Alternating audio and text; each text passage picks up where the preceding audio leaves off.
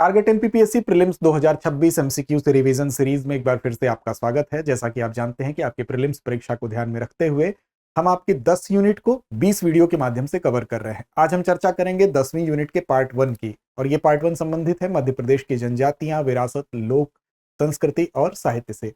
तो आइए देखते हैं कि वो आज के 25 प्रश्न कौन से हैं। आप जानते हैं कि हर वीडियो में हम 25 प्रश्न को कवर करते हैं। इसका पार्ट 2 भी 25 प्रश्न का होगा। पिछले वीडियोस अगर अभी तक आपने नहीं देखे हैं तो प्लेलिस्ट में जाकर उसको देख सकते हैं। तो चलिए शुरुआत करते हैं मध्य प्रदेश की जनजातियां, विरासत, लोक संस्कृति और साहित्य से संबंधित पहले प्रश्न को। वर्तमान में मध्य प्रदेश में कितनी अनुसूचित जनजातीय समुदाय अधिसूचित हैं? विकल्प आपके सामने है 43, 46, 40 या 45। सही जवाब क्या होगा? सही जवाब होगा 43A। देखिए पहले ये 46 थी, लेकिन वर्तमान स्थिति क्या है तो देखिए व्याख्या में देख लीजिए। प्रारंभ में जब 1976 में आप देखेंगे इसमें संशोधन हुआ तो इस संख्या को 46 से घटकर 43 हो गई थी। तो वर्तमान में विकल्प ए आपका सही होगा। कौन कौन सी जो भाषाएं थी, कौन कौन सी सूचीबद्ध जनजातियां जो थी, भाषाएं नहीं जनजातियां, वो यहाँ से हटा दी गई, विलोपित हो गई। तो ये देखिए 8 जनवरी 2003 की अधिसूचना आई, उसमें कीर, मीणा और साथ साथ पारधी, ये 3 जनजातियां जो अधिसूचना थी उससे हटा दी गई। तो इनकी संख्या 46 से घटकर कितनी हो गई? 43 हो गई। तो इस तरह से विकल्प आपका विकल्प ए सही होगा। वर्तमान स्थिति विकल्प ए को ही संदर्भित करती है। देश का पहला जनजातीय संचार केंद्र किस जिले में स्थापित किया गया था? भोपाल, धार, झाबुआ या अलीराजपुर?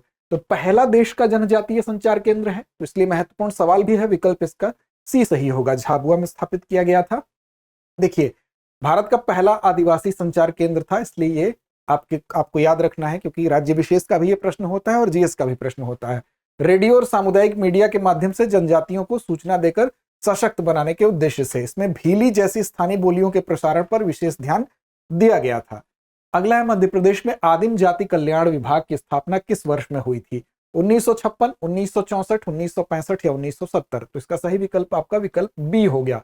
1964 में आदिम जाति कल्याण विभाग की स्थापना हुई थी, और 1965 में क्या हुआ था? एक साल बाद ही इसका नाम जो है आदिवासी एवं हरिजन कल्याण विभाग कर दिया गया था, और वर्तमान में इसको जनजातीय कार्य विभाग के रूप में जाना जाता है। तो ये नाम आप याद रखेंगे। अगला है राज्य विधानसभा में अनुसूचित जनजातियों के लिए सीटों का आरक्षण किस अनुच्छेद के अंतर्गत है? विकल्प आपके सामने है अनुच्छेद 330, 332, 335 या 338A। सही विकल्प क्या है? विकल्प बी 332 इसका सही जवाब है।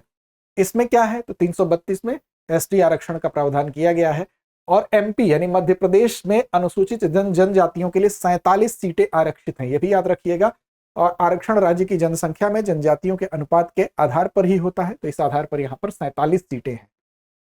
कौन सी जनजाति स्वयं को द्रविड़ीय गोंडों के विपरीत मुंडा भाषाई समूह से संबद्ध मानती है? भील, सहरिया, भारिया या कोरकू? तो यहाँ पर सही जवाब आपका होगा विकल्प डी, कोरकू। देखिए जो कोरकू जनजाति है वो ऑस्ट्रो एशियाटिक यानी मुंडा भाषा परिवार से संबंधित है, और ये सतपुड़ा श्रेणी यानी कि बैतूल, होशंगाबाद और खंडवा जिले जो हैं वहां पर ये लोग निवास करते हैं। कोरकू शब्द का अर्थ क्या होता है? तो पुरुषों का समूह इसका अर्थ होता है, ये भी याद रखेंगे। आगे है मध्य प्रदेश की तीसरी सबसे बड़ी जनजाति कौन सी मानी जाती है? भील, गोंड, कोल या बैगा? देखिए इसमें जनजातियों का जो क्रम है वो भील, गोंड और कोल है, तो तीसरी पूछा है तो सही विकल्प आपका कोल हो जाएगा। क्रम भी इसका यही है, भील पहली है सबसे बड़ी जनजाति के तौर पर, फिर गोंड, फिर कोल। अब ये कहां पाई जाती है कोल जनजाति? सांद्रता ज्यादातर कहां है? तो रीवा में है, सतना में है और जबलपुर क्षेत्र में ये निवास करते हैं। और पुराण कथाएं कहती हैं कि वैदिक साहित्य में भी प्राचीन कोल लोगों का जो कोला वंश था उससे इसका दावा करते हैं। आगे बढ़ेंगे, लेकिन उससे पहले आपको बता दें प्रीलिम्स परीक्षा को टारगेट करते हुए आपके लिए एक महत्वपूर्ण बैच है एमपीपीएससी प्रीलिम्स प्रैक्टिस बैच। अगर आप अपनी प्रारंभिक परीक्षा की प्रैक्टिस करना चाहते हैं, अभ्यास के माध्यम से अपने तैयारी को और पुख्ता करना चाहते हैं, तो हिंदी और अंग्रेजी दोनों माध्यम में ये उपलब्ध है। ऑफलाइन बैच अगर आप ज्वाइन करना चाहते हैं तो आप इंदौर शाखा से जुड़ सकते हैं। साथ ही साथ ऑनलाइन मोड में भी इंदौर क्लासरूम से जो क्लासेस हैं वो लाइव हैं। इसमें आपको कोर्स की अवधि जो है वो 70 दिन की मिलने वाली है, और इस 70 दिन में नए सिलेबस के अनुसार जो डिजाइन ये पूरी तरह से है, इकाई 1 से लेकर यूनिट 10 तक यानी 10 यूनिट को कवर किया जाएगा। बहुविकल्पीय प्रश्न हल करने के मेथड के साथ साथ आपको पीवाईक्यूज के रुझान पर आधारित अभ्यास कराया जाएगा। इसमें जानकारी अधिक आप चाहते हैं तो 87501 वो नंबर है जिस पर आप संपर्क कर सकते हैं। डिस्क्रिप्शन में आपको एक लिंक भी मिलेगा, उस लिंक पर क्लिक करिए, फॉर्म भरिए, एक डाउनलोड फॉर्म होगा उसको भरेंगे, वहां से भी आप अपनी सीट सुनिश्चित कर सकते हैं। फिर भी इसके अलावा आप चाहें तो दृष्टि लर्निंग ऐप को डाउनलोड कर लीजिए, वहां से एमपीपीएससी प्रीलिम्स जो बैच है, प्रैक्टिस बैच है, उस तक पहुंचिए, वहां से भी आप इस कोर्स तक पहुंच सकते हैं। अगला प्रश्न है, मैकल रेंज मंडला डिंडोरी क्षेत्र किस जनजाति का प्रमुख आवास है? भील, बैगा, सहरिया या कुरकू? सही जवाब होगा इसका बैगा। मैकल रेंज की बात करेंगे, मंडला डिंडोरी क्षेत्र, तो ये बैगा जनजाति से संबंधित है। मंडला डिंडोरी और बालाघाट के कुछ हिस्से बैगा जनजाति का पारंपरिक गृह क्षेत्र है, यानी कि पहले से है। पारिस्थितिक संबंध की बात करें तो मध्य भारत के घने वनों और पहाड़ी भू आकृति से इसका गहरा संबंध है, और यहाँ भूमि के पुत्र के रूप में जाने जाते हैं ये लोग, बैगा जनजाति के लोग, और प्रकृति से जुड़ी विशिष्ट जीवन शैली इसकी इन लोगों की है। अगला है, छिंदवाड़ा जिले की पातालकोट घाटी जो भारिया जनजाति का निवास है, किस विशिष्ट भौगोलिक आकार की है? घोड़े की नाल, वृत्ताकार, त्रिकोणीय या आयताकार? तो सही जवाब होगा विकल्प ए।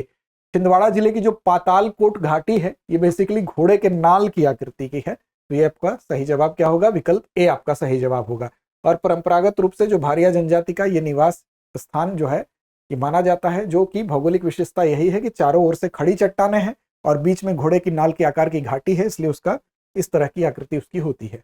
मध्य प्रदेश के 3 पीवीटीजीज, विशेष रूप से जो कमजोर जनजाति समूह होती हैं उनको पीवीटीजीज कहते हैं, उसमें सबसे कम प्रतिशत किस जनजाति का है? सहरिया, बैगा, भारिया या गोंड? देखिए यहाँ पर 3 पीवीटीजीज में पूछ रहा है सबसे कम परसेंटेज किसका है, सहरिया का है, बैगा का, भारिया का? तो सही जवाब आपका होगा विकल्प सी। यहाँ पर भारिया का जो प्रतिशत है बैगा, सहरिया और भारिया में से सबसे कम है। विकल्प इसमें मध्य प्रदेश की जो पीवीटीज हैं उसमें बैगा है, सहरिया है और भारिया है, तो यहाँ पर भारिया का सबसे कम है। ये अपेक्षाकृत काफी छोटी है क्योंकि 1.93 लाख ही लगभग इनकी जनसंख्या है। अगला है, रसेल और हीरालाल 1915 के अनुसार बैगा किस जनजाति की शाखा माने जाते हैं जो छोटा नागपुर क्षेत्र से संबंधित है? मुंडा, संथाल, भुइयां या उराव? देखिए यहां पर पूछ रहा है कि बैगा किस जनजाति की शाखा, यानी कि किससे जुड़े हुए माने जाते हैं, तो ये बेसिकली किससे जुड़े हुए हैं? ये बेसिकली भुइयां से जुड़े हुए हैं। याद रखिएगा विकल्प आपका सी सही होगा। वर्गीकरण ये किया गया था, किस बुक में किया गया था ये भी ध्यान रखेंगे। तो वर्गीकरण रसेल और हीरालाल ने, उनकी एक बुक थी, उसका नाम था the tribes and castes of the central provinces of India. इसमें ही ये वर्गीकरण दिया गया है जो 1915 में लिखी गई थी, और इसमें यह कहा गया था कि बैगा जनजाति छोटा नागपुर पठार की भुइयां जनजाति की ही एक शाखा है।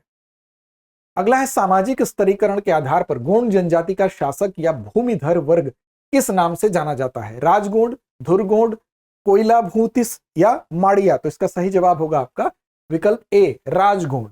याद रखेंगे राजगोंड बेसिकली गोंड जनजाति में परंपरागत रूप से एक श्रेणीबद्ध सामाजिक संरचना रही है, और राजगोंड गोड़ों में शासक और भूमिधर वर्ग था, तो यहाँ विकल्प ए सही होगा। कहां पर? गढ़ा, मंडला, देवगढ़ और चांदा जैसे कई राज्यों की स्थापना भी यहाँ पर इन लोगों के द्वारा की गई है। मध्य प्रदेश की कुल जनजातीय जनसंख्या में भील जनजाति का प्रतिशत कितना है? 21.1%, 31.2%, 37.7% या 46.1%? तो सही जवाब होगा आपका विकल्प सी, 37.7% जनजातीय जनसंख्या में भील जनजाति का प्रतिशत है, तो आपका सी विकल्प सही हो गया।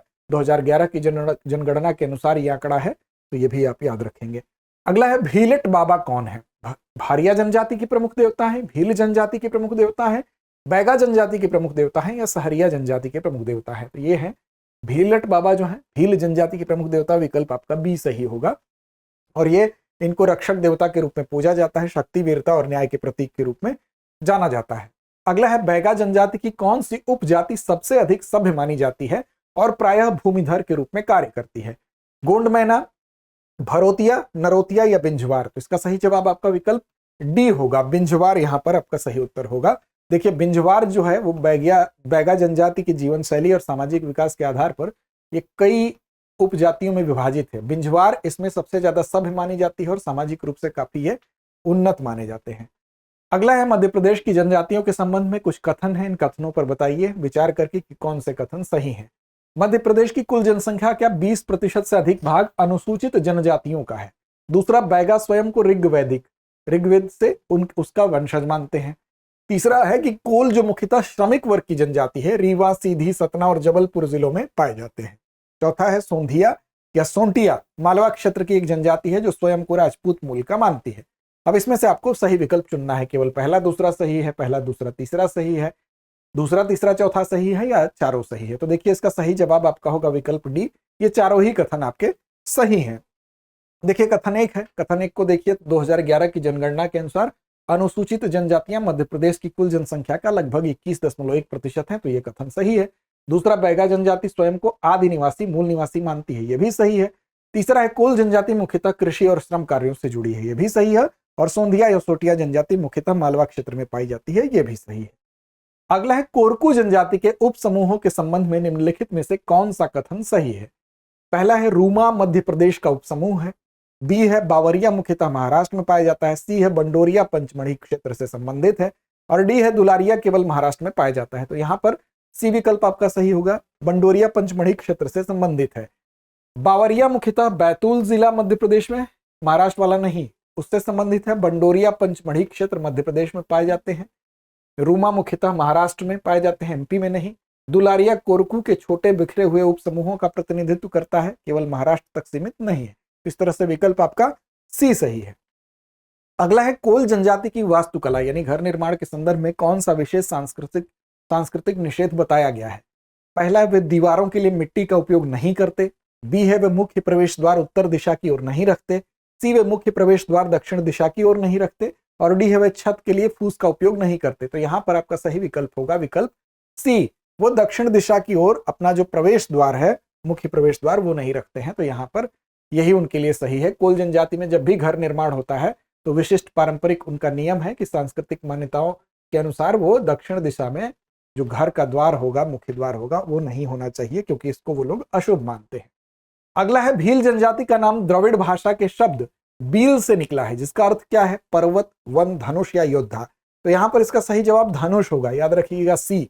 बील शब्द से बना है और इसका नाम क्या है, इसका अर्थ क्या है? तो धनुष। ये सबसे बड़ी जनजातियों में से एक है और भील मध्य प्रदेश की सबसे बड़ी जनजातियों में से एक है और ये द्रविड़ भाषा के बील से निकला है, जिसका अर्थ धनुष होता है। ऐतिहासिक रूप से बील कुशल धनुर्धर रहे हैं और उन्हीं के नाम से ये इस तरह से परिलक्षण इसका होता है। गोंड समाज में तांत्रिक या अनुष्ठानिक क्रियाएं करने वाले व्यक्ति को क्या कहा जाता है? गुनिया, मुकद्दस, सोलहास या अगरिया? तो ये कहा जाता है विकल्प ए, गुनिया कहा जाता है। गोंड समाज में तांत्रिक और अनुष्ठानिक क्रिया करने वाले को, वहां पर जो बेसिकली ओझा या गुनिया ये नाम होते हैं उनके, जनजातीय पुजारी या उपचारक होते हैं। कर्तव्य क्या करते हैं? जैसे आप लोग देखते हैं ओझा लोग क्या करते हैं, भूत प्रेत झाड़ने का काम करते हैं, बाधा दूर करने के लिए उपचारात्मक क्रिया करना। तो पारंपरिक चिकित्सा में जड़ी बूटी, मंत्र, ताबीज ये सब देने का काम यही लोग करते हैं। अगला है, भील जनजाति की पारंपरिक झोपड़ी को उनकी स्थानीय भाषा में क्या कहा जाता है? धना, कु, सहारणा या माड़िया? सही जवाब होगा आपका विकल्प बी, कु कहा जाता है भील जनजाति की पारंपरिक जो झोपड़ी होती है उसको। ये बेसिकली याद रखेंगे, सीधा सीधा फैक्ट है, उसको कु कहा जाता है। ठीक है, घास फूस से बनी होती है झोपड़ी। अगला है, निम्नलिखित में से कौन सी जनजाति परंपरागत रूप से बुनाई और वस्त्र निर्माण में विशेषज्ञ मानी जाती है? प्रधान, अगरिया, पनिका या खैरवार? क्या होगा सही जवाब? देखिए किसमें ध्यान दीजिएगा, बुनाई और वस्त्र निर्माण में पूछ रहा है, तो इसका सही जवाब आपका होगा विकल्प सी, पनिका। पनिका जनजाति परंपरागत रूप से बुनाई भी और वस्त्र निर्माण में भी स्पेशलिस्ट मानी जाती है। और बैगा समाज में पनिका पुरुष महिलाएं धोती, जिसको मुंगी कहते हैं, तथा अन्य पारंपरिक वस्त्र उपलब्ध कराते हैं। अगला है, पाताल कोट में रहने वाले भारिया लोगों का पारंपरिक मानसून भोजन क्या है? चावल और दाल, मछली और कुटकी, केवल मक्का की पेज, महुआ और आम की गुठली से बनी रोटी? तो देखिए ये बड़ा यूनिक चीज है, याद रखेंगे, महुआ और आम की गुठली से बनी रोटी ये इनका मानसून भोजन है। तो याद रखेंगे कि इसका मानसून भोजन है। तो पाताल कोट में रहने वाले भारिया लोगों का, देखिए यहाँ पर भारिया जनजाति मध्य प्रदेश के छिंदवाड़ा जिले की पातालकोट घाटी में निवास करती है। कहाँ की घाटी है ये भी आपको पता चल गया। फिर मानसून के दौरान जब अन्य खाद्य स्रोत सीमित होने लगते हैं तो ये महुआ के फूल और आम की गुठलियों से बनी रोटी इसका सेवन करते हैं। अगला है, भारिया जनजाति के व्यक्ति के लिए कौन सा आभूषण हाथ में पहनना अनिवार्य है? लोहे का कड़ा, चांदी का कड़ा, सोने की अंगूठी या तांबे का बाजूबंद? तो सही जवाब है लोहे का कड़ा, विकल्प आपका ए सही होगा। लोहे का कड़ा भारिया जनजाति का सांस्कृतिक अनुष्ठानिक आभूषण है, इसलिए पुरुष और महिला दोनों कलाई पर पहनते हैं। इनकी पहचान और परंपरा के प्रतीक के रूप में इसको जाना जाता है। कोरकू जनजाति की सिडोली परंपरा किस अवसर से संबंधित एक विशिष्ट अनुष्ठान है? विवाह से, जन्म से, मृत्यु से या फसल से? तो ये संबंधित किससे है? ये संबंधित है मृत्यु से। तो सी विकल्प आपका सही होगा। कोरकू जनजाति में आप देखेंगे जीवन की विभिन्न घटनाओं से जुड़े अनेक अनुष्ठान होते हैं, लेकिन सिडोली परंपरा आपसे पूछा गया है तो सिडोली परंपरा बेसिकली किससे संबंधित है? मृत्यु संस्कार के समय संपन्न की जाती है। अगला है पारंपरिक कोरकू जीवन शैली में चकमक का उपयोग किस लिए किया जाता है? विकल्प ए मछली पकड़ने के लिए, विकल्प बी आग जलाने के लिए, विकल्प सी अनाज पीसने के लिए, विकल्प डी है टैटू बनाने के लिए। चकमक बेसिकली आग जलाने के लिए, विकल्प आपका बी सही होगा, क्योंकि चकमक आग जलाने के लिए एक पत्थर और आग सुलगाने का पारंपरिक उपकरण है, जिसका उपयोग कौन करता है? कोरकू जनजाति करती है। अब आग जलाने के लिए लोग उसी का उपयोग करते हैं, खाना पकाने, गर्मी पाने और अनुष्ठान के लिए अलग अलग आग जलाने के लिए इसी चीज का उपयोग किया जाता है। तो चलिए अब अंत में एक सूचना के साथ इस एपिसोड को समाप्त करते हैं। सूचना यह है कि अगर आप अपनी एमपीपीएससी की तैयारी जीएस की संपूर्ण रूप से करना चाहते हैं, बिल्कुल एक एक कॉन्सेप्ट के साथ करना चाहते हैं, समग्रता से करना चाहते हैं, नई शुरुआत कर रहे हैं आप, तो आपके लिए बेस्ट कोर्स है MPPSC foundation course. Foundation course में प्रीलिम्स और मुख्य परीक्षा दोनों के आपकी जीएस की तैयारी होती है, और इसमें ऑफलाइन मोड में अगर आप चाहें तो इंदौर शाखा में उपलब्ध है, वहां आपसे जुड़ सकते हैं। ऑनलाइन मोड में भी ये कक्षाएं मिलती हैं, हिंदी इंग्लिश दोनों मीडियम में कक्षाएं हैं।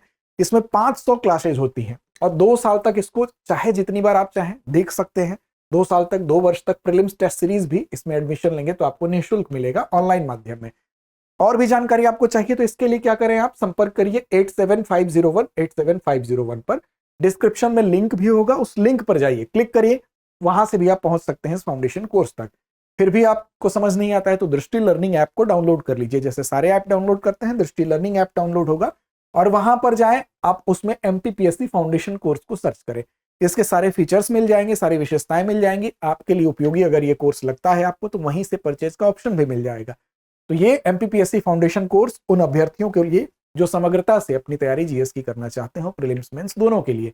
साथ ही साथ अगर पिछले एपिसोड अभी तक आपने नहीं देखे हैं, प्लेलिस्ट में जाइए, उन एपिसोड्स को भी आप देख लीजिए। इस कार्यक्रम का उद्देश्य ये था कि आपका रिवीजन बेसिकली बहुत तेजी से हो जाए। तो रिवीजन के लिहाज से आपको 25 प्रश्नों को एक दो पार्ट में, चूंकि हर यूनिट से 2 पार्ट आए हैं तो एक पार्ट में 25 प्रश्न आपको तेजी से प्रस्तुत किए गए ताकि आपका रिवीजन हो सके।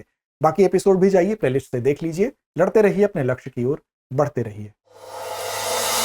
अब एग्जाम की तैयारी को और बेहतर करने के लिए हमारे चैनल को लाइक, शेयर और सब्सक्राइब करना ना भूलें।